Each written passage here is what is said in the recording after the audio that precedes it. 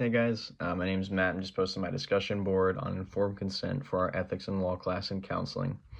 But per Virginia law in 18 VAC 115-20-130, titled Standards of Practice, Virginia law has its purposes laid out for what informed consent should be.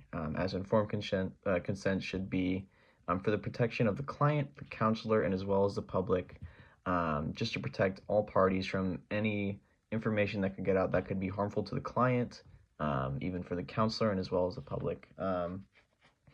But informed consent means to disclose all information regarding treatments, procedures, any potential risk when it comes to counseling, as well as limits to confidentiality in case the client does disclose information that could be harmful to themselves or others.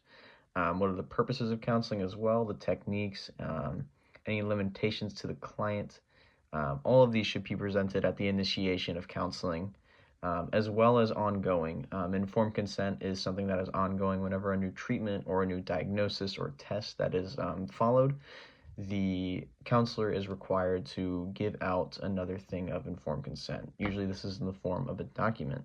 I actually chose a document for an organization that I work for, as I work for our local CSB in Lynchburg.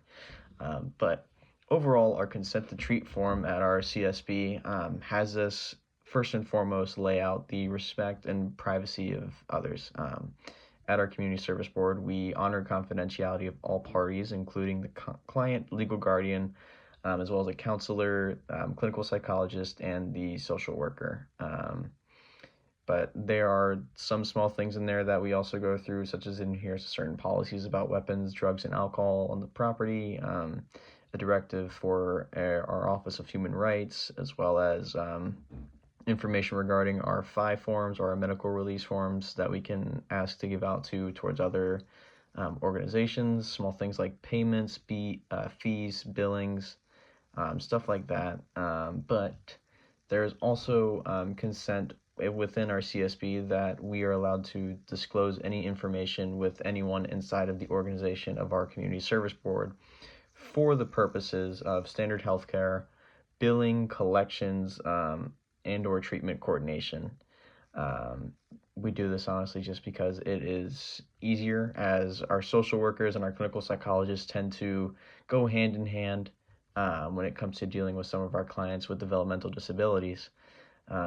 We also are allowed to, that we have in our medical release form or our consent can treat or informed consent, to disclose any medical or mental health information in the needs of an apparent emergency to emergency services if required for the client's well-being. There have been times in my personal job where I've had to do that, and I'm grateful that we have that, just so we have our end saved as well as the client's life saved. But comparing and contrasting the ACA and Virginia laws, they actually are very similar. They're eerily similar, but the ACA is much more concise when it comes to what informed consent means. Similar to Virginia law, the ACA has the client chooses to continue or terminate services as needed, but as well as stating that informed consent is an ongoing process and should be redone whenever there is new procedures, diagnosis, or tests that should be found within the counseling process.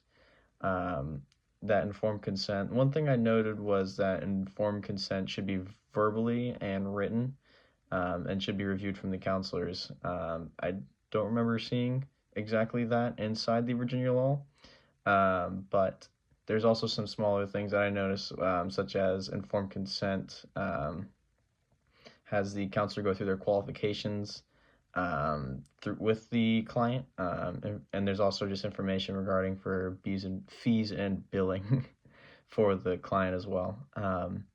But that's my discussion board. I appreciate you guys listening, and I hope you have a great day. Bye.